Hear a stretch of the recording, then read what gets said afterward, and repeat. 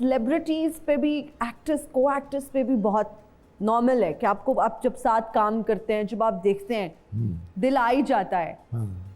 कोई ऐसी actress? It was my last love. Okay.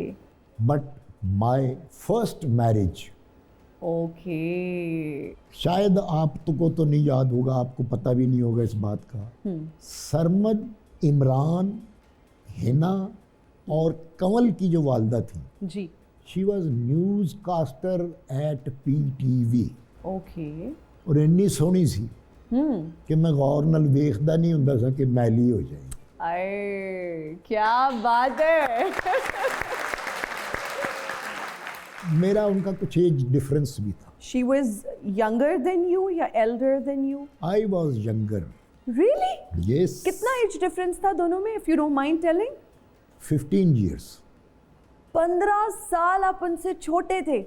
इधर तो 2 साल मुंडा छोटा हो गया कि गल नहीं बनती। एक चीज़ का दुख है मुझे कि मैंने अपनी माँ और बहनों की मर्जी के बगैर अकेले ने जाके निकाह पढ़वा दिया, क्योंकि मैं दिल से इज्जत करता था और मोहब्बत करते थे।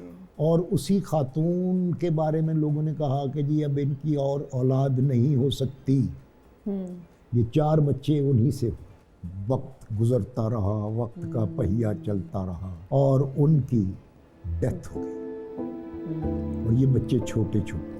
फिर मेरी बहनों की मोहब्बत ने जोश मारा, उन्होंने कहा नहीं हम तेरी और शादी करेंगे। मैं कहा ना ना ना। वो उन्होंने एक और कर दी शादी, उसमें से भी एक बेटी बेटा। जी जी। उस खातून को शायद मैं पसंद नहीं आया। ओके।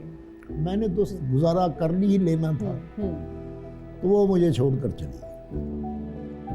फिर बहनों की मोहब्बत ने जोश मारा और उन्होंने तीसरी शादी करवा दी। तीसरा जब ब्याह किया तो चूंकि हमारे यहाँ कहा जाता है ना कि जी 4 शादियों की इजाज़त है और खामिंद ये होता है जी, ठीक है।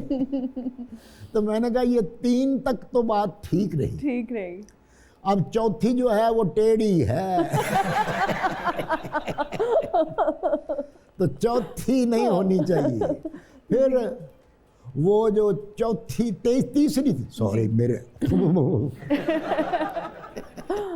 तो वो तीसरी जो थी ना जी, वो तो मुझे पसंद थी ही नहीं। उनको मैं बहुत पसंद था लेकिन हमारा ज़हन नहीं मिला, तो वो भी फिर छोड़ कर चली गई। This is the end of my story. अभी कभी सोचा, क्योंकि जब हम देखते हैं बड़ा अच्छा लगता है। वैसे भी age is just a number sir, शादी करने का कभी भी दिल करे तो आप कर सकते हैं, मगर जो हवा आजकल चली हुई है। अच्छा, निशो जी हमारे शो में आई और जब मैंने उनसे पूछा शादी के हवाले से ना, तो उन्होंने कहा हिना मैं शादी करना नहीं चाहती लेकिन मेरे से हो जाती है। तो कभी आपके साथ ऐसा या वो खातून है जी, मैं मर्द हूँ। हाँ जी। मैं हर बात को सोच समझ कर करता हूँ और अब मैंने सोच लिया हुआ कि नहीं और नहीं करनी। मैंने कहा नहीं नहीं नहीं नहीं,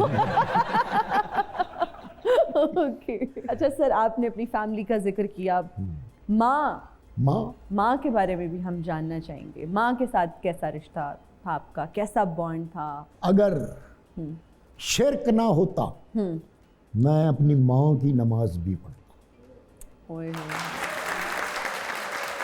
माँ रिश्तों में कोई रिश्ता नहीं है, माँ वो ऑक्सीजन है जिसकी ज़रूरत हमें अपने आखिरी सांस तक रहती है।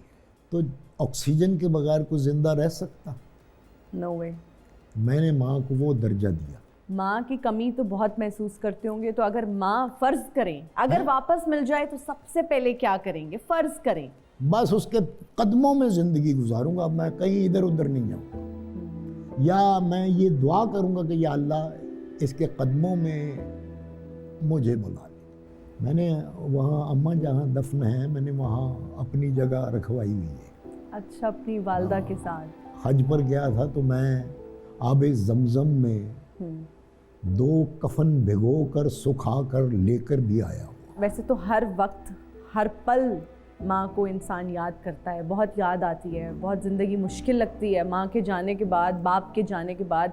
बहुत यंग थे जब आपके वालिद साहब इस दुनिया से चले गए, फिर माँ का चले जाना, कब ऐसा लगा कि काश मेरी माँ होती इस मौके हर पे? वक्त लगता है बेटा, हर वक्त लगता है।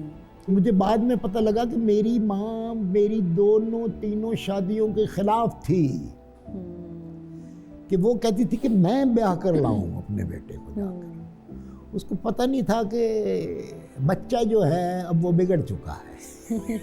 यही एक लिया जाता है ना कि जो इस फील्ड में गया बस वो तो गया। फिर गया। तो मैं गया कभी नहीं, रोज शाम को घर वापस आ जाता। सर, माँ की कोई ऐसी बात जो अक्सर आप सोचते हैं या मुस्कुरा देते हैं या आपको बहुत इमोशनल कर देती है आप जब सोचते हैं? इमोशनल होने वाली बात तो ये है कि मैं तब भी हो जाता था, अब भी उस बात को विजुलाइज जब करता हूँ तो अब भी हो जाता हूँ। अम्मी निहायत कमज़ोर हो चुकी थी। अच्छा। लेटी रहती थी तख्त पोश पर, तो कभी कभी गुस्से हो जाती थी मेरे से, ऐसे ही वो बस एक ये मेरी आदत हुआ करती थी। Okay okay. तो मैं जब आता था घर तो मेरी वो कहती थी हाथ लाओ मैंने तुम्हारी उंगलियां चूमनी है। शुरू शुरू मुझे समझ ना आई कि माँ उंगलियां क्यों चूमती है। बाद में मैंने देखा कि वो एक दिन ये कर रही हैं, वो सूंघा करती थी। स्मोकर जो होता है ना, उसकी यहाँ से बू सिगरेट की नहीं जाती। मैं उनके पास बैठ जाता था तो वो मुझे थप्पड़ मारा करती थी, तो मैं इस तरफ करके बैठता था कि वो अपने ही इस फोर्स में कहीं गिर ना जाए। हाँ जी। तो मैं पकड़ लेता था, मैं कहता था आप खुश हैं और इधर भी मारो ना, कहते जा चला जा बस ना पिया कर बेटा ये। तो मैंने कहा कि अच्छा जी, फिर मैंने छोड़ ही। And we are right back after the break. You're watching सुनो तो सही। सर, जो आपने स्क्रीन पे काम किया, सब लोग उससे तो वाकिफ़ हैं, हम सब जानते हैं इतना ज़बरदस्त आपने काम किया, लेकिन जब हम 65 की वॉर का जिक्र करते हैं, मैडम नूरजहां ने जो गाने गाए, जो तराने उन्होंने गाए स्पेसिफिकली, उसमें आपका जो क्रेडिट था वो आप नई जनरेशन को प्लीज़ ज़रूर बताइए। मेरी लिखाई बड़ी खुशखत है। ओके।